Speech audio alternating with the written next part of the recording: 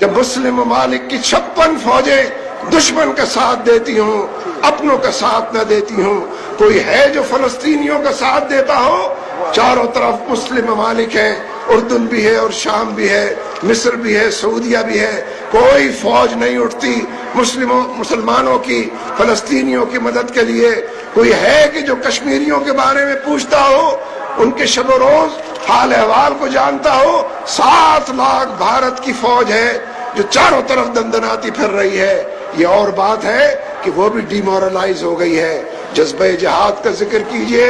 شوق شہادت کی بات کیجئے، رب العالمین کی بارگاہ کے اندر سجدہ ریز ہو جائیے کہ نہتے لوگ ہیں، افغانی بھی نہتے ہیں، فلسطینی بھی نہتے ہیں، کشمیری بھی نہتے ہیں، شیشانی بھی نہتے ہیں، نہتے لوگ ہیں، بے سر و سامان لوگ ہیں، لیکن ان سب کا سہارا اللہ تبارک و تعالیٰ کی ذات ہے، اس سے بڑا کوئی نہیں ہے۔ یہ جو ہم اللہ اکبر کا نعرہ لگاتے ہیں، محض نعرہ نہیں لگاتے، اور ہم سب مل کر بھی یہ نعرہ لگائیں تو اس کی کبریائی میں شمع برابر اضافہ نہیں کر سکتے، لیکن جب یہ نعرہ لگاتے ہیں تو اس سے قربت پیدا کرتے ہیں، رجوع اللہ کی تحریک شروع کرتے ہیں، دلوں کے اندر اس کے ذکر کو آہستہ اور بلند آواز سے بلند کرتے ہیں۔ اس نعرے کے نتیجے میں اس کی بڑائی سے ہم حصہ پانے کی کوشش کرتے ہیں، اس کی نصرت اور اس کی تائید چاروں طرف سایہ کیے رہے وہ منظرنامہ پیش کرتے ہیں۔ اسی لیے میرے دوستو،